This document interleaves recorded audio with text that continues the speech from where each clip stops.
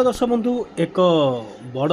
Update नहीं कि आसी गोटे कहीपर गोटे न्यूज नहीं कि आसी जहाँकि रहा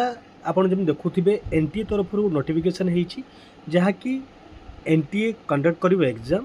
minister of social justice and empowerment अच्छी सागे मिनिस्टर ऑफ एजुकेशन गोटे इनिशिएटिव नि जाइए जोटी कि श्रेष्ठ बोली गोटे नामकरण कराई नाम हूँ residential education for student in high school in targeted area. आप देखूँ तो कौन हम ये कि जो माने टिके जानतु जो माने 9th टू 11th पर्यंत प्राइवेट स्कूल रे पढ़ा चाहूँगी आ बिलोंग करूँ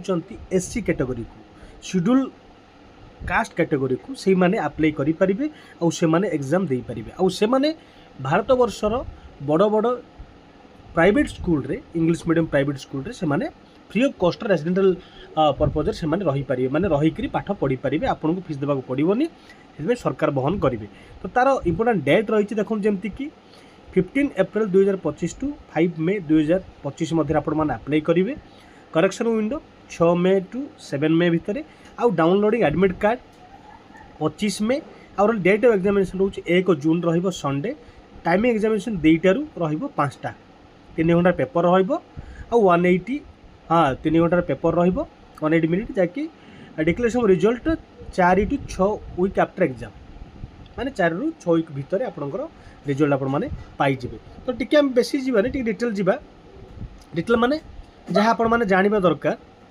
देखंतु जदि आपण जानिबे श्रेष्ठ कौन जमती कि मु कहि सारली कि श्रेष्ठ से मान टार्गेट एरिया जो माने शेड्यूल कास्ट को बिलोंग करती ता संगे किसी इनकम बार भी देइछि से इनकम बार भितर जदि आपण माने अछंती आपण माने एग्जाम देबे जमती कि एठी भी मेंशन करा हिची 9th and 11 only for SC candidate whose appear annual income up to 2.5 lakh जार 2.5 लाख इनकम थिबो से माने ही अप्लाई करि पारिबे। देखंतु कौन सब एग्जामिनेशन हम एतिक सब एग्जामिनेशन हम ये सब mathematics science social science general awareness mark distribution कराई जमती कि 100 मार्कर एग्जाम फुल मार्क रोची 4 आउ इनकरेक्ट आंसर पे बोलिक कौन सी मार्क नहीं नेगेटिव मार्क ता माने नहीं। मेथड ऑफ रिसॉल्विंग टाई जदि जो टाई हो समय एज को देखा और असेंडिंग नंबर माने एप्लिकेशन नंबर देखा